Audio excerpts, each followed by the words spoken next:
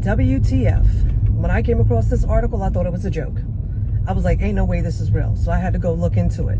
Sure enough, it is. But before I get into the absolute stupidity and foolishness of this administration, I just want to remind you guys of what we had. President Trump's 2017 tax plan created Opportunity Zones, a program of tax incentives to encourage investment in low-income communities. East Baltimore's Southern Baptist Church back in May 2015.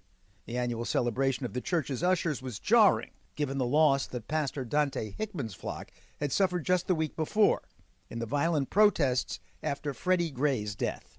The church's half-built senior housing complex and community center had been torched, a third of the $12 million project reduced to rubble within hours. So too the church bus.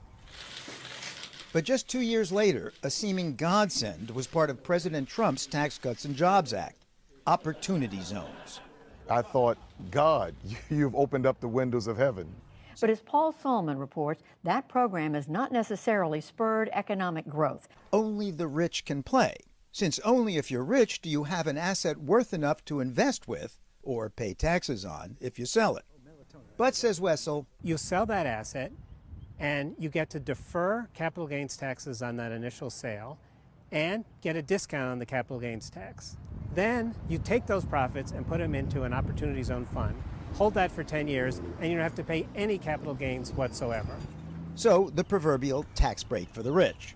But if they're investing in a needy neighborhood, what's not to like? OZ promoter Jill Homan. The question is, are people just in it to make money? Then the answer is, sure, there are investors that all they're focused on is making money in Opportunity Zones. But you know what? That's okay. And investors, as a result of it, are more inclined to look beyond traditional areas of investment to down and out areas craving investment like East Baltimore. Pastor, please. Which is why Pastor Hickman agreed to a photo op with the president in 2018. Mr. President, I am here today thanking you in advance for funding and resources that you will direct to the urban and distressed communities like Baltimore. And in fact, so this is exactly what Opportunity Zones were meant for. A project in West Baltimore to convert a block of bombed-out row houses into retail on the first floor, housing above. The OZ dream. So what do you think about giving tax breaks to rich people to rebuild something like this? I think it'd be great. We need it. It's definitely needed here. That's right. A pastor who was affected directly by BLM is saying this is a godsend, like this is great what's happening in our community. Even the people within the community, this is wonderful. We absolutely love this. But the establishment and the media, oh, this is terrible. This is terrible. Why? Because it only benefits the wealthy. As you heard clearly, the people in the community that are suffering under this do not care. They don't care. You know what? I don't care that they're making money. It's a beautiful thing that they're bringing all this stuff here. Great. But they have to vilify and make villains the wealthy so that you could never embrace the possibilities of what could actually take place in your communities. But why do I bring all this up?